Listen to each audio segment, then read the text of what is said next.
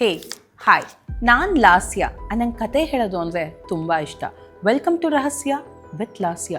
ಇವತ್ತು ನಿಮ್ಮೆಲ್ಲರಿಗೂ ಒಂದು ಸತ್ಯಕರವಾದಂಥ, ಒಂದು ಭಯಾನಕರವಾದಂಥ ಜಾಗದ ಬಗ್ಗೆ ಹೇಳೋ ಟೈಮ್. ಬೆಳಗ್ಗಿನ ಟೈಮಲ್ಲಿ ಯಾವ ರೀತಿ ಜನಗಳ ಮಧ್ಯೆ ಜಿಗಿಜಿಗಿಸ್ತಾ ಇರುತ್ತೋ ಅದೇ ರಾತ್ರಿ 10:30 ಆದ ನಂತರ ಒಬ್ಬ ನರೆ ಪಿಳ್ಳೆ ಕೂಡ ಇರೋದಿಲ್ಲ. ಸೊ ಇಲ್ಲಿರೋದು ಒಂದೋ ಎರಡೋ ಆತ್ಮ ಅಲ್ಲ. ಈಕೆ ಕೂತಿರುವಂಥ ಟೈಮಲ್ಲಿ ಹಿಂದ್ಗಡೆಯಿಂದ ಬಂದು ಯಾರೋ ಇವಳು ಹೆಗಲ್ನ ಟ್ಯಾಪ್ ಮಾಡ್ತಾರೆ. ಇವಳು ಮೊಬೈಲ್ನ ಬ್ಯಾಗಿಂದ ತೆಗೆದು ಕ್ಯಾಮ್ರಾ ಓಪನ್ ಮಾಡಿ ಹಿಂಗಿಟ್ರೆ ಎದುರುಗಡೆ ಯಾರು ಇಲ್ವೇ ಇಲ್ಲ. ಸಡನ್ ಆಗಿ ಅವ್ರು ನೋಡ್ತಾ ಇದ್ದ ಹಾಗೆ ಆ ಹುಡುಗಿ ಕಾಣಿಸ್ಕೊಂಡಿದ್ದು ಎದುರುಗಡೆ ಗ್ಲಾಸ್ ಮೇಲೆ. ಟನಲ್ ಏನೋ ಬರುತ್ತೆ, ಒಂದು ಜಗ್ ಕುಡಿಯುತ್ತೆ, ಕಣ್ಬಿಟ್ಟು ನೋಡ್ತಾನೆ. ಏನೋ ಒಂಥರ ವಿಚಿತ್ರವಾದ ಫೀಲಿಂಗ್ ಆಗುತ್ತೆ. ಸರಿ, ಈ ಕಡೆ ತಿರುಗಿ ಜನ ನೋಡ್ತಾನೆ. ಟ್ರೈನ್ ಬಂದು ನಿಂತ್ಕೊಳ್ಳುತ್ತೆ, ಟ್ರೈನ್ ಡೋರ್ ಓಪನ್ ಆಗುತ್ತೆ. ಓಪನ್ ಆಗಿದ ತಕ್ಷಣ ಅವನು ಕಾಣೋದು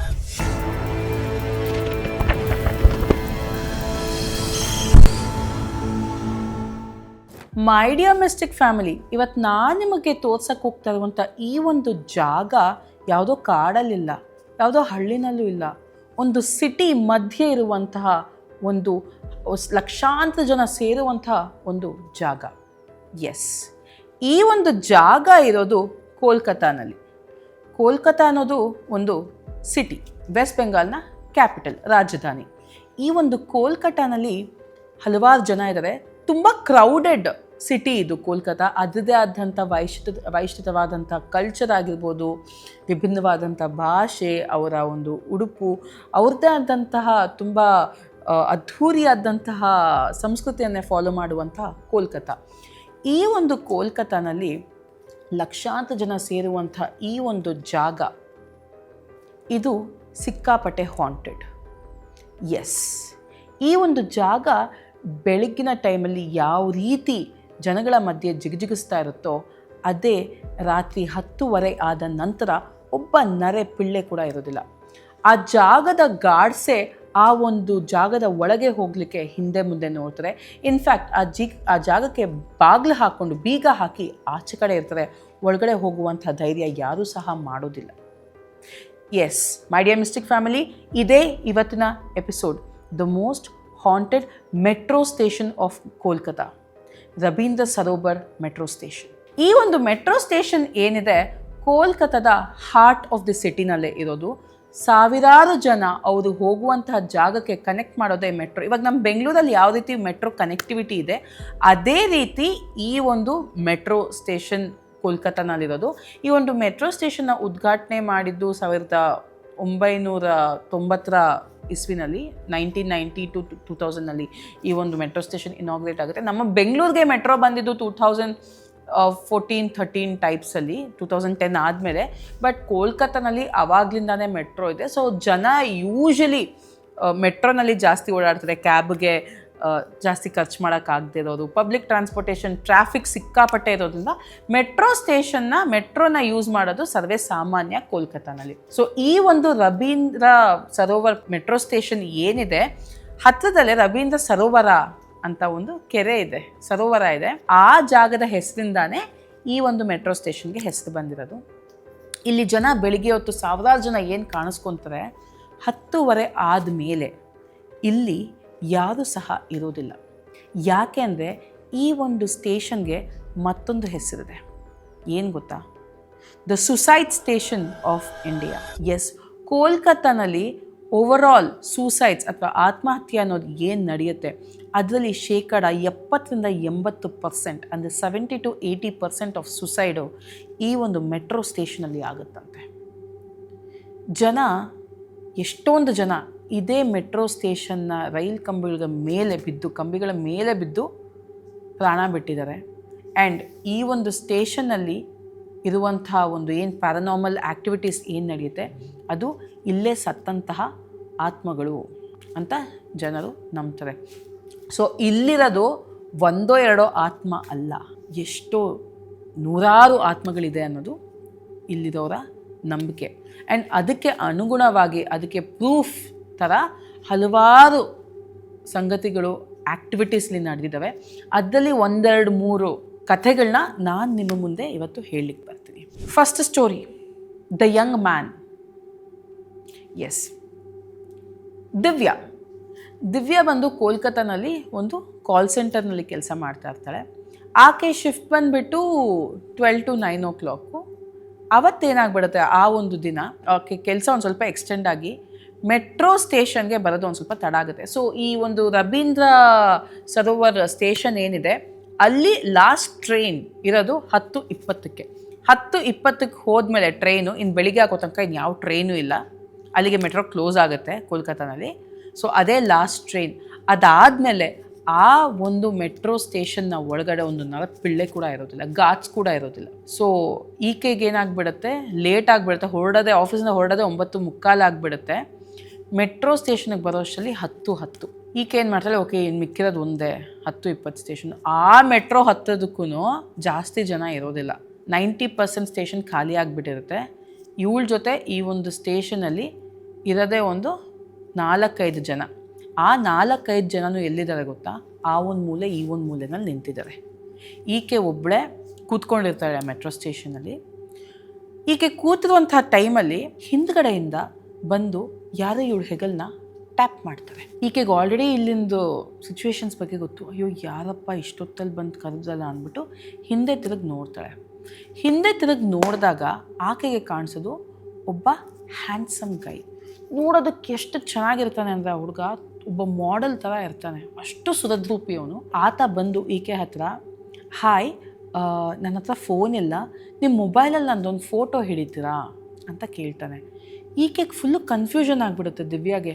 ಯಾರು ಇವನು ಇಷ್ಟೊತ್ತಲ್ಲಿ ಬಂದ್ಬಿಟ್ಟು ಫೋಟೋ ತೆಗಿ ಅಂತ ಕೇಳ್ತಾರನಲ್ಲಪ್ಪ, ಏನು ತಲೆಗೆಲ್ಲ ಕೆಟ್ಟಿದ್ಯಾ ಇವನಿಗೆ ಅಂತ ಮನಸ್ಸಲ್ಲೇ ಯೋಚನೆ ಮಾಡಿಕೊಂಡು, ಓಕೆ ಫೈನ್ ಬನ್ನಿ ಎಲ್ಲಿ ನಿಂತ್ಕೊತೀರಾ ಅಂತ ಕೇಳ್ತಾಳೆ. ಸರಿ ಈ ಹುಡುಗ ಇಟ್ಕೊಂಡು ಇಲ್ಲೇ ತೆಗೀರಿ ಪರವಾಗಿಲ್ಲ ಅಂತ ಹೇಳ್ತಾಳೆ.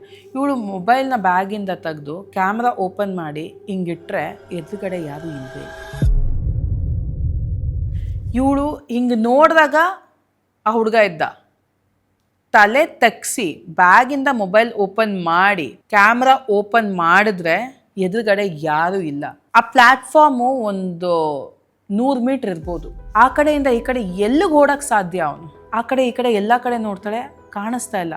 ಅಲ್ಲೇ ನಿಂತಿದ್ದಂತಹ ಗಾರ್ಡ್ ಹತ್ರ ಓಡೋಗ್ತಾಳೆ. ಹೋಗಿ ಸರಿ ಇಲ್ಲೊಬ್ಬ ಹುಡುಗನ ನೋಡಿದ್ರ, ನೀವು ನೋಡೋಕೆ ತುಂಬ ಚೆನ್ನಾಗಿದ್ದ, ಬಂದ್ಬಿಟ್ಟು ನನ್ನ ಹತ್ರ ಫೋನ್ ಇಲ್ಲ, ನಿಮ್ಮ ಫೋನಲ್ಲಿ ಒಂದು ಫೋಟೋ ತೆಗೀರಿ ಅಂತ ಕೇಳ್ಕೊಂಡ. ಫೋನ್ ಬ್ಯಾಗಲ್ಲಿತ್ತು, ಬ್ಯಾಗಿಂದ ಫೋನ್ ತೆಗೆದು ಕ್ಯಾಮ್ರಾ ಓಪನ್ ಮಾಡಿ ನೋಡಿದ್ರೆ ಹುಡುಗನೇ ಇಲ್ಲ. ಅವನೆಲ್ಲ ಹೋದ ಅಂತ ನೀವೇನಾದರೂ ನೋಡಿದ್ರೆ ನನಗೆ ಭಯ ಆಗ್ತಾಯಿದೆ ಅಂತ ಕೇಳಿದಾಗ ಗಾರ್ಡು, ಏನು ಆ ಹುಡುಗ ನಿಮಗೂ ಕಾಣಿಸಿದ್ನಾ ಅಂತ ಹೇಳ್ತಾರಂತೆ.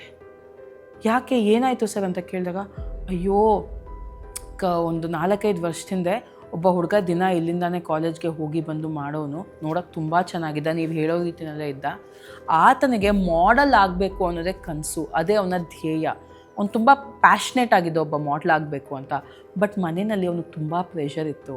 ಗೌರ್ಮೆಂಟ್ ಕೆಲಸ ಸಿಗಬೇಕು, ಚೆನ್ನಾಗಿ ಓದಬೇಕು, ಗೌರ್ಮೆಂಟ್ ಕೆಲಸಕ್ಕೆ ಹೋಗಬೇಕು ಅನ್ನೋ ತುಂಬ ಪ್ರೆಷರ್ ಇತ್ತು. ಆದ್ದರಿಂದ ಅವ್ನು ತುಂಬ ಡಿಪ್ರೆಷನಲ್ಲಿದ್ದನಂತೆ.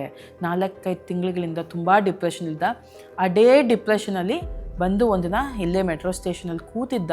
ಟ್ರೈನ್ ಬಂತು, ಏನು ಅನ್ನಿಸ್ತೋ ಏನೋ ಗೊತ್ತಿಲ್ಲ, ಅದೇ ಜಾಗದಲ್ಲಿ ಕಂಬಿ ಮೇಲೆ ಹಾರಿ ಆತ್ಮಹತ್ಯೆ ಮಾಡ್ಕೊಂಡ್ಬಿಟ್ಟು ಅಲ್ಲೇ ಸತ್ತೋಗ್ಬಿಟ್ಟು ನಮ್ಮ ಅಂತ ಹೇಳ್ತಾನಂತೆ. ಇವಳಿಗೆ ಸಿಕ್ಕಾಪಡೆ ಗಾಬರಿ ಆಗಿಬಿಡುತ್ತೆ. ಅಯ್ಯೋ ಏನಪ್ಪ ಇದು, ಇವನೇನಾದರೂ ಅವನೇ ಆಗಿರ್ಬೋದಾ ಅಂತ ಕೇಳಿದಾಗ, ಮೇಡಮ್ ಇದು ನಿಮ್ಮೊಬ್ರಿಗೆ ಅಲ್ಲ, ಇಲ್ಲಿ ಹಲವಾರು ಜನಕ್ಕೆ ಆ ಹುಡುಗ ಬಂದುಬಿಟ್ಟು ಇದೇ ರೀತಿ ಹೇಳಿ ಕಪ್ಪು ಜಾಕೆಟು, ಕಪ್ಪು ಶರ್ಟು, ಕಪ್ಪು ಪ್ಯಾಂಟು ಹಾಕ್ಕೊಂಬರ್ತಾನೆ. ನನ್ನ ಹತ್ರ ಫೋನ್ ಇಲ್ಲ, ನಿಮ್ಮ ಫೋನಲ್ಲಿ ಒಂದು ಫೋಟೋ ತೆಗಿತೀರಾ ಅಂತ ಕೇಳ್ತಾನೆ. ಫೋಟೋ ತೆಗಿಯೋಷ್ಟರಲ್ಲಿ ಆತ ಎಲ್ಲೂ ಕಾಣೋದೇ ಇಲ್ಲ. ಅದು ಮನುಷ್ಯ ಅಲ್ಲ, ಅದು ಒಂದು ಆತ್ಮ ಅಂತ ಆ ಗಾರ್ಡ್ ದಿವ್ಯಂಗೆ ತಿಳಿಸ್ಕೊಡ್ತಾರೆ. The second story, the scary pilot. ಈ ಮೆಟ್ರೋ ಸ್ಟೇಷನಲ್ಲಿ ಎಲ್ಲರಿಗಿಂತ ಜಾಸ್ತಿ ಎನ್ಕೌಂಟರ್ ಆಗ್ತಾ ಇದ್ದಿದ್ದು ಆ ಮೆಟ್ರೋನ ಓಡಿಸುವಂಥ ಪೈಲಟ್ಗಳಿಗೆ. ಎಸ್, ಈ ಒಂದು ಸ್ಟೇಷನಲ್ಲಿ ಯೂಶಲಿ ಏನಾಗುತ್ತೆ ಅಂದರೆ, ಈ ರೈಲ್ವೆ ಹಾವಳಿಗಳ ಮೇಲೆ, ಅಂದರೆ ಅದೇನು ಕಂಬಿಗಳಿರುತ್ತೆ ಟ್ರ್ಯಾಕ್ ಮೇಲೆ ಇವ್ರಿಗೆ ಶ್ಯಾಡೋಸ್ ಕಾಣಿಸೋದು, ಈ ರೀತಿ ಎಲ್ಲ ಆಗ್ತಾ ಇರುತ್ತೆ ಸರ್ವೇ ಸಾಮಾನ್ಯ ಪೈಲಟ್ಸ್ಗಳಿಗೆ. ಅದರಲ್ಲಿ ಒಬ್ಬ ಪೈಲಟ್ಗೆ ಆದಂತಹ ಸ್ಟೋರಿ ಇದು, ಅಂದರೆ ಅನುಭವ ಇದು. ಸೊ ಇವ್ರ ಹೆಸರು ಎಲ್ಲೂ ರಿವೀಲ್ ಮಾಡಿಲ್ಲ, ಇದೊಂದು ಡಾಕ್ಯುಮೆಂಟಲ್ಲಿ ಇನ್ಫಾರ್ಮೇಷನ್ ಇತ್ತು. ಸೊ ಈ ಒಬ್ಬ ಪೈಲಟ್ಟು ರವೀಂದ್ರ ಸರೋವರ್ ಸ್ಟೇಷನ್ಗೆ ಎಂಟ್ರ್ ಆಗ್ತಾ ಇರ್ತಾನಂತೆ. ಎಂಟ್ರ್ ಆಗ್ತಾ ಇದ್ದಂಗೆ ಆಟೋಮೆಟಿಕ್ಕಾಗಿ ಇವ್ರಿಗೆ ಮನಸ್ಸಲ್ಲಿ ಎಲ್ಲಿ ಏನು ಕಾಣಿಸ್ಬಿಡುತ್ತೋ ಅನ್ನೋ ಭಯದಲ್ಲೇ ಆ ಒಂದು ಸ್ಟೇಷನ್ನ ದಾಟ್ಕೊಂಡು ಹೋಗೋದು ಕತ್ಲಾದ್ಮೇಲೆ ಪೈಲಟ್ಸ್ ಎಲ್ಲ. ಅಲ್ಲಿ ಬರ್ತಾ ಇದ್ದ ಹಾಗೆ ಒಂದು ಪುಟ್ಟ ಹುಡುಗಿ ಏನಿರ್ತಾಳೆ, ಆ ಸ್ಟೇಷನ್ ಲಿಮಿಟ್ಸ್ ಬಂದ ತಕ್ಷಣ ಇವ್ರು ಸ್ಪೀಡ್ನ ಕಮ್ಮಿ ಮಾಡಿಬಿಡ್ಬೇಕು ಅಲ್ವಾ. ಸೊ ಕಮ್ಮಿ ಮಾಡ್ತಾ ಇರ್ತಾರೆ, ಬಟ್ ಇನ್ನೂ ಒಂದು 500 ಮೀಟರ್ಸ್ ದೂರದಲ್ಲಿರುತ್ತೆ ಸ್ಟೇಷನು. ಆ ಟನಲ್ ಏನಿರುತ್ತೆ ಅದ್ರ ಹತ್ರ ಬರ್ತಾ ಇದ್ದಂಗೆ ಆ ಟ್ರ್ಯಾಕ್ ಮೇಲೆ ಒಂದು ಪುಟ್ಟ ಹುಡುಗಿ ಕಾಣಿಸ್ತಂತೆ ಪೈಲಟ್ಗೆ. ಒಂದು 13 14 ವರ್ಷದ ಹುಡುಗಿ ಅವಳು ಕಾಣಿಸ್ಕೊತಾಳಂತೆ. ಇದ್ದಕ್ಕಿದ್ದಂಗೆ ಕೋಲ್ಕತ್ತಾನಲ್ಲಿ ಸೆಕೆ ಎಷ್ಟಿರುತ್ತೆ ಅಂತ ಎಲ್ಲರಿಗೂ ಗೊತ್ತು. ಅಲ್ಲಿ ಹ್ಯೂಮಿಡಿಟಿ ಜಾಸ್ತಿ ಇದೆ, ಕೋಲ್ಕತ್ತಾನಲ್ಲಿ ಸೆಕೆ ಜಾಸ್ತಿ. ಅಲ್ಲಿ ಸಡನ್ನಾಗಿ ಒಳಗಡೆಯಿಂದ ಮಾಯಿಶ್ಚರ್ ತುಂಬ್ಕೊಂಡ್ಬಿಡುತ್ತೆ. ಇವಾಗ ಮಳೆ ಬರ್ತಾ ಇದ್ರೆ ಒಳಗಡೆ ಹೇಗೆ ಮಂಜು ಕಟ್ಟುತ್ತೆ ಗ್ಲಾಸ್ ಮೇಲೆ, ವೈಪರ್ ಹಾಕಿ ನಾವು ಒಳಗಡೆಯಿಂದ AC ಹೀಟ್ರ್ ಆನ್ ಮಾಡಿಬಿಟ್ಟು ಅದನ್ನ ಒರೆಸ್ಕೊಂಡು ಫಾಗ್ ಫಾರ್ಮ್ ಆಗದಿರೋ ಥರ ನಾವು ಮಾಡ್ಕೊತೀವಿ ಕಾರಲ್ಲಿ ಅಲ್ವಾ. ಅದೇ ರೀತಿ ಇವ್ರಿಗೆ ಒಳಗಡೆಯಿಂದ ಫಾಗ್ ಫಿಲ್ ಆಗೋದಕ್ಕೆ ಸ್ಟಾರ್ಟ್ ಆಗುತ್ತಂತೆ ಆ ಹುಡುಗಿ ಕಾಣಿಸಿದ ತಕ್ಷಣ. ಇವರು ಒಳಗಡೆ ಎಲ್ಲ ಒರೆಸ್ತಾ ಇದ್ದಾರೆ. ಒಳಗಡೆ ಎಲ್ಲ ಒರೆಸಾದ್ಮೇಲೆ ಆಚೆ ಕಡೆ ಫಾಗ್ ಫಾರ್ಮ್ ಆಗೋದಕ್ಕೆ ಸ್ಟಾರ್ಟ್ ಆಗಿದೆ. ಇವರು ವೈಪರ್ ಆನ್ ಮಾಡ್ತಾ ಇದ್ದಾರೆ, ವೈಪರ್ ಆನ್ ಆಗ್ತಾ ಇಲ್ಲ. ಇವರು ಕಂಪ್ಲೀಟಾಗಿ ಸ್ಪೀಡ್ನ ಕಮ್ಮಿ ಮಾಡಿಬಿಟ್ಟಿದ್ದಾರೆ. ಸಡನ್ನಾಗಿ ಅವ್ರು ನೋಡ್ತಾ ಇದ್ದ ಹಾಗೆ ಆ ಹುಡುಗಿ ಕಾಣಿಸ್ಕೊಂಡಿದ್ದು ಎದುರುಗಡೆ ಗ್ಲಾಸ್ ಮೇಲೆ ಬಂದು ಕೈನ ಹಿಂಗಿಡ್ತಾಳೆ. ಇವ್ರು ಗಾಬರಿಯಾಗಿ ಹಿಂದೆ ಹೊರಟೋಗ್ತಾರೆ. ಆ ಒಂದು 15-20 ಸೆಕೆಂಡ್ಸು ಕೊಲಾಪ್ಸ್ ಆಗಿಬಿಡ್ತಾರೆ ಅವರು. ಒಂಥರ ತಲೆ ಫುಲ್ ಸುತ್ತಬಿಟ್ಟು ಕುತ್ಕೊಂಡ್ಬಿಡ್ತಾರೆ ಪೈಲಟ್ ಸೀಟಲ್ಲಿ. ಟ್ರೈನು ಆಟೋಮೆಟಿಕ್ಕಾಗಿ ಆಲ್ರೆಡಿ ಸ್ಪೀಡ್ ಕಮ್ಮಿ ಇರುತ್ತೆ, ಬ್ರೇಕ್ ಅಪ್ಲೈ ಆಗಿರುತ್ತೆ, ಹೋಗಿ ಒಂದು ಸ್ವಲ್ಪ ನಿಂತ್ಕೊಳ್ಳುತ್ತೆ ಸ್ಟೇಷನ್ ಒಳಗಡೆ. ಇವ್ರಿಗೆ ಒಂದು 15-20 ಸೆಕೆಂಡ್ ಆದಮೇಲೆ ಎಚ್ಚರ ಆಗುತ್ತೆ ಪೈಲಟ್ಗೆ. ಅಯ್ಯೋ ಏನು ನನ್ನ ಭ್ರಮೆನಾ ಇದು, ಏನು ನಡೀತಾ ಇದೆ ಇಲ್ಲಿ, ಯಾಕೆ ಹಿಂಗಾಯಿತು ನನ್ನ ಜೊತೆ ಈ ಥರ ಅಂತೆಲ್ಲ ತುಂಬ ಯೋಚನೆ ಮಾಡ್ತಾರಂತೆ. ಮೋಸ್ಟ್ಲಿ ನನಗೇನೋ ಕನ್ಸು ಬಿದ್ದಿರ್ಬೋದಾ, ಇಲ್ಲ ನಾನು ಏನಾದರೂ ಭ್ರಮೆ ಪಟ್ಕೊಂಡಿರ್ಬೋದಾ ಅಂತ ಯೋಚನೆ ಮಾಡಿಕೊಂಡು ಆ ಗ್ಲಾಸ್ ಕಡೆ ನೋಡ್ತಾರಂತೆ. ಆಗ ಆ ಗ್ಲಾಸ್ ಮೇಲೆ ಅದೇ ಕೈನ ಅಚ್ಚು ಹಾಗೇ ಇರುತ್ತಂತೆ. ಆಗ ಇವ್ರಿಗೆ ಅರ್ಥ ಆಗುತ್ತೆ, ನನಗೆ ಯಾವುದೇ ಭ್ರಮೆ ಆಗಿಲ್ಲ, ಇದು ನನ್ನ ಜೊತೆ ನಡೆದಂಥ ಸತ್ಯವಾದಂತಹ ಘಟನೆ. ಎಸ್, ಅವ್ರಿಗೆ ಅವತ್ತು ಒಂದು ಪ್ಯಾರಾನಾರ್ಮಲ್ ಎನ್ಕೌಂಟರ್ ಆಯಿತು. ಅಲ್ಲಿ ಅವ್ರಿಗೆ ಒಂದು ಆತ್ಮ ಕಾಣಿಸ್ತು. ಅದರ ಕೈನ ಅಚ್ಚೆಯ ಮಾರ್ಕ್ ಆ ಮೆಟ್ರೋವಿನ ಗ್ಲಾಸ್ ಮೇಲೆ ಇದ್ದಿದ್ದು ಅವರು ಅವರ ಕಣ್ಣಾರೆ ನೋಡಿದ್ದು ಡಾಕ್ಯುಮೆಂಟ್ ಸಹ ಆಯಿತು. Story number 3, the old man. ಕೋಲ್ಕತ್ತಾಗೆ ಹಲವಾರು ಜನ ಸುತ್ತಮುತ್ತ ಊರುಗಳಿಂದ ಹಳ್ಳಿಗಳಿಂದ ಕೆಲಸ ಮಾಡೋದಕ್ಕೆ ಬರೋದು ಸರ್ವೇ ಸಾಮಾನ್ಯ. ಯಾಕಂದರೆ Kolkata it's capital of West Bengal ಅಲ್ವಾ. ಸೊ ನಮ್ಮ ಬೆಂಗಳೂರಿಗೆ ಹೇಗೆ ಸುತ್ತಮುತ್ತ ಊರಿಂದ, ಕೋಲಾರಿಂದ ಆಗಿರ್ಬೋದು, ತುಮಕೂರಿಂದ ಆಗಿರ್ಬೋದು, ನಾರ್ತ್ ಕರ್ನಾಟಕದಿಂದ ಆಗಿರ್ಬೋದು ಜನ ಬಂದು ಹೇಗೆ ಕೆಲಸ ಮಾಡ್ತಾರೆ, ಅದೇ ರೀತಿ ಕೋಲ್ಕತ್ತಾನಲ್ಲೂ ಸಹ ಸುತ್ತಮುತ್ತ ಊರುಗಳಿಂದ, ಬೇರೆ ಸ್ಟೇಟ್ಸಿಂದ ಎಲ್ಲ ಬಂದು ಕೆಲಸಕ್ಕೋಸ್ಕರ ಬರುವಂಥದ್ದು ಸರ್ವೇ ಸಾಮಾನ್ಯ. ಅದೇ ರೀತಿ ಬಂದಿದ್ದು ಸೂರ್ಯ ವೆಸ್ಟ್ ಬೆಂಗಾಲ್ನಲ್ಲಿ ಒಂದು ಹಳ್ಳಿಯ ಹುಡುಗ. ಆತನಿಗೆ ಒಂದು ಕಂಪನಿನಲ್ಲಿ ಕೆಲಸ ಆಗಿರುತ್ತೆ ಕೋಲ್ಕತ್ತಾನಲ್ಲಿ. ಅಲ್ಲಿ ಕೋಲ್ಕತ್ತಾನಲ್ಲಿ ಸ್ಟ್ಯಾಂಡರ್ಡ್ ಆಫ್ ಲಿವಿಂಗ್ ಒಂದು ಸ್ವಲ್ಪ ಜಾಸ್ತಿನೇ, ಅಲ್ಲಿ ರೆಂಟಿಗೆ ಸಿಗೋದೆಲ್ಲ ತುಂಬ ಕಷ್ಟ. ಸೊ ಈತನಿಗೆ ಒಂದು ಮನೆ ಬಾಡಿಗೆಗೆ ಸಿಗುತ್ತೆ, ಕಮ್ಮಿ ರೇಟ್ಗೆ ಸಿಗುತ್ತೆ.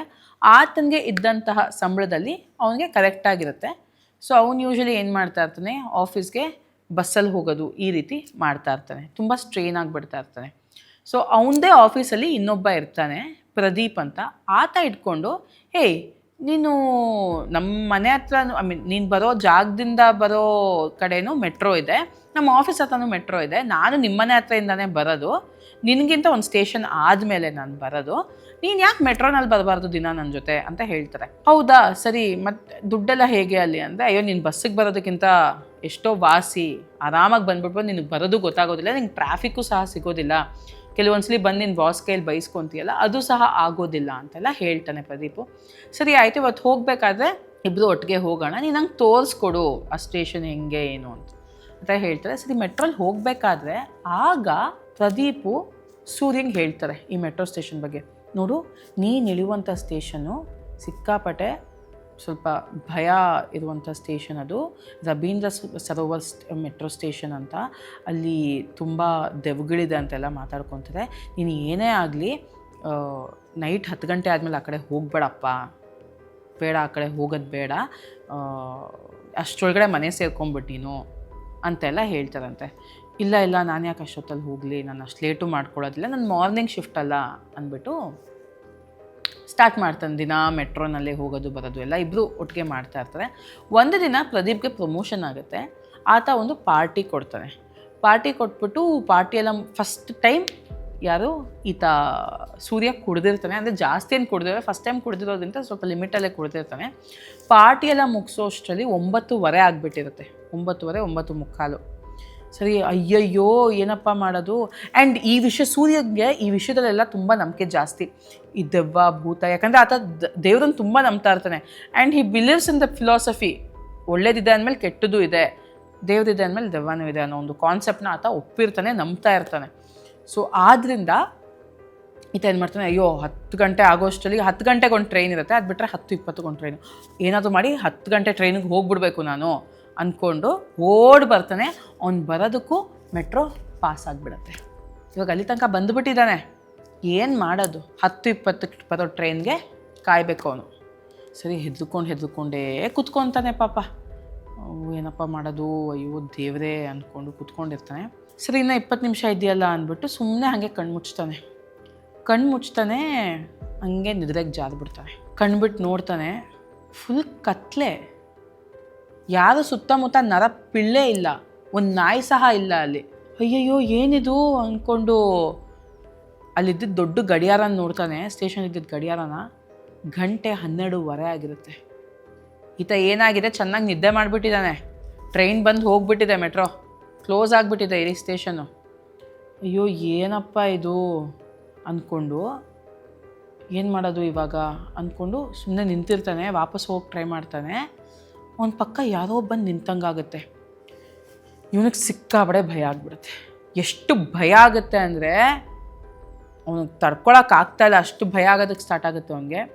ಕರೆಕ್ಟಾಗಿ ಎದ್ದು ಇನ್ನೇನು ಈ ಕಡೆ ತಿರುಗಬೇಕು, ಟ್ರೈನ್ ಸೌಂಡ್ ಕೇಳಿಸುತ್ತೆ ಅವನಿಗೆ. ಟ್ರೈನ್ ಸೌಂಡ್ ಕೇಳಿಸುತ್ತೆ. ಇವನು ಅವಾಗ ಯೋಚನೆ ಮಾಡ್ತಾನೆ, ಹಬ್ಬ ಯಾವುದೋ ಒಂದು ಟ್ರೈನ್ ಬರ್ತಾ ಇದೆ, ಪುಣ್ಯ ದೇವರೇ ನನ್ನ ಪ್ರಾರ್ಥನೆ ಕೇಳಿಸ್ಕೊಂಬಿಟ್ಟೆ ನೀನು, ಮೋಸ್ಟ್ಲಿ ಯಾವುದೋ ಟ್ರೈನ್ ಬಿಟ್ಟು ಸ್ಪೆಷಲ್ ಟ್ರೈನೇ ಬಿಟ್ಟಿರಬೇಕು, ಅಪ್ಪ ದೇವರೇ ಒಳ್ಳೇದು ಮಾಡಿದೆ ನೀನು ನನಗೆ, ನೀನೇ ಎಲ್ಲ ಚೆನ್ನಾಗಿ ದೇವ್ರಿಗೆ ನಮಸ್ಕಾರ ಮಾಡಿಕೊಂಡು ಕರೆಕ್ಟಾಗಿ ಹೋಗಿ ಟ್ರೈನ್ ಡೋರ್ ಎಲ್ಲಿ ಓಪನ್ ಆಗುತ್ತೆ ಆ ಜಾಗದಲ್ಲಿ ಹೋಗಿ ನಿಂತ್ಕೊಂಡ್ಬಿಡ್ತಾನೆ. ಸರಿ, ಟ್ರೈನ್ ಬರುತ್ತೆ, ಡೋರ್ ಓಪನ್ ಆಗುತ್ತೆ, ಇವನು ಒಳಗಡೆ ಹೋಗ್ತಾನೆ.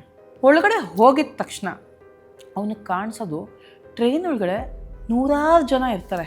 ಬಟ್ ಆ 100 ಜನನೂ ಕೂತ್ಕೊಂಡಿರೋರು ವೈಟ್ ಆ್ಯಂಡ್ ವೈಟ್ ಹಾಕ್ಕೊಂಡಿರ್ತಾರೆ. ಅಂದರೆ ಗಂಡಸರಾದರೆ white shirt, white pant, white kurta, white pyjama, ಈ ಥರ.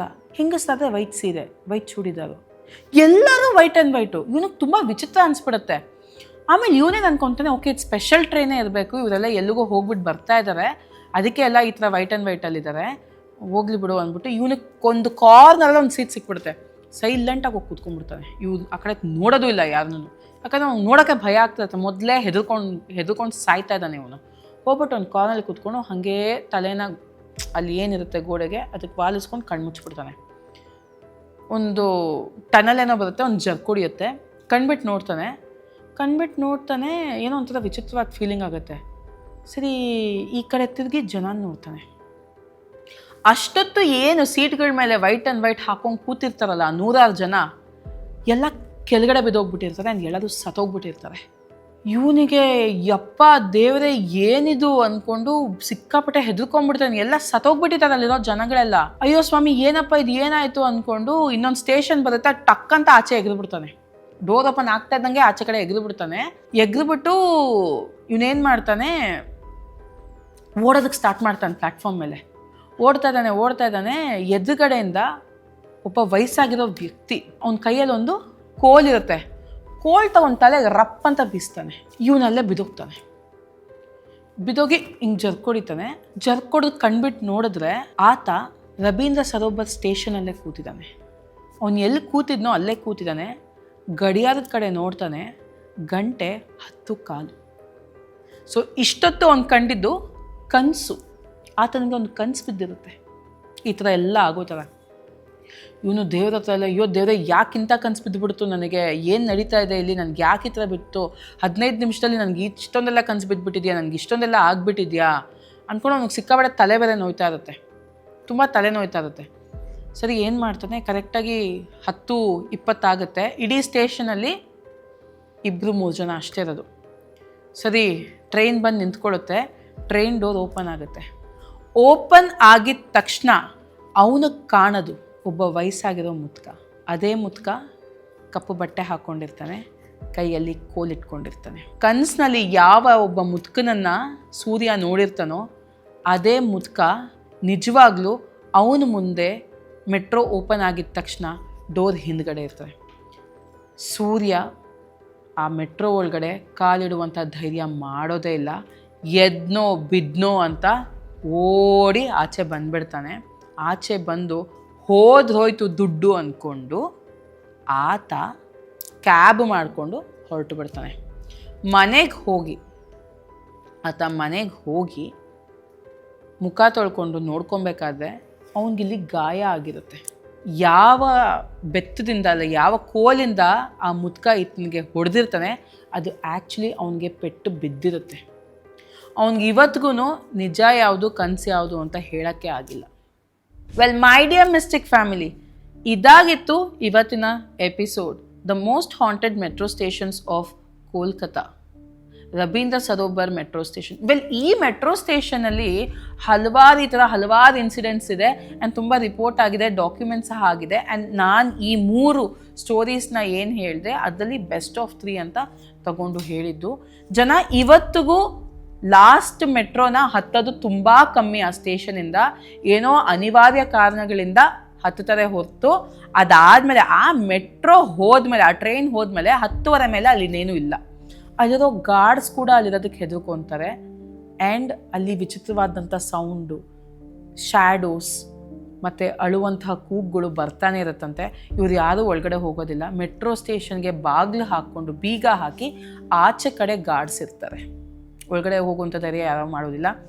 ಹಲವಾರು ಪೈಲಟ್ಸ್ಗೆ, ಪ್ಯಾಸೆಂಜರ್ಸ್ಗೆ ಅಲ್ಲಿ ನೆರಳು ಕಾಣಿಸುತ್ತೆ, ಯಾರೋ ಪಕ್ಕದಲ್ಲಿ ಬಂದು ನಿಂತಿದ್ದಾರೆ ಅಂತ ಅನಿಸುತ್ತೆ. ಆ್ಯಂಡ್ ಎಷ್ಟೊಂದು ಜನಕ್ಕೆ ಪ್ಲ್ಯಾಟ್ಫಾರ್ಮಲ್ಲಿ ನಿಂತಿರ್ಬೇಕಾದ್ರೆ ಹಿಂದ್ಗಡೆಯಿಂದ ಯಾರೋ ಅವ್ರನ್ನ ಪುಷ್ ಮಾಡುವಂಥ ಫೀಲಿಂಗ್ ಕೂಡ ಆಗುತ್ತಂತೆ ಟ್ರೈನ್ ಬರುವಂಥ ಸಂದರ್ಭದಲ್ಲಿ. ಸೊ ಈ ಒಂದು ಮೆಟ್ರೋ ಸ್ಟೇಷನ್ ಇವತ್ತಿಗೂ ಕೋಲ್ಕತ್ತಾನಲ್ಲಿದೆ. ಇವತ್ತು ಬೆಳಿಗ್ಗೆ ಹೊತ್ತು ಸಾವಿರಾರು ಜನ ಆ ಮೆಟ್ರೋಯಿಂದ ಕನೆಕ್ಟಿವಿಟಿ ತಗೊಂಡು ಅವ್ರವ್ರ ಮನೆ ಸೇರ್ಕೊತಾರೆ. ಆ್ಯಂಡ್ ಇವತ್ತಿಗೂ ಜನಕ್ಕೆ ಅಲ್ಲಿ ನೈಟ್ ಆದಮೇಲೆ ಲಾಸ್ಟ್ ಟ್ರೈನ್ ತಗೊಳ್ಳೋದಕ್ಕೆ ತುಂಬ ಭಯ ಆಗುತ್ತೆ. ಎಸ್, ಇದಾಗಿತ್ತು ಇವತ್ತಿನ ಎಪಿಸೋಡ್. ವೆಲ್ ಈ ಸ್ಟೋರಿ ನಿಮ್ಗೆ ಇಷ್ಟ ಆಯ್ತಾ? ಹಾಗಿದ್ರೆ do like, share and subscribe and stay with me on ರಹಸ್ಯ ವಿತ್ ಲಾಸ್ಯ, ವೇರ್ ಮಿಸ್ಟ್ರೀಸ್ ಅವೇಕ್ಸ್.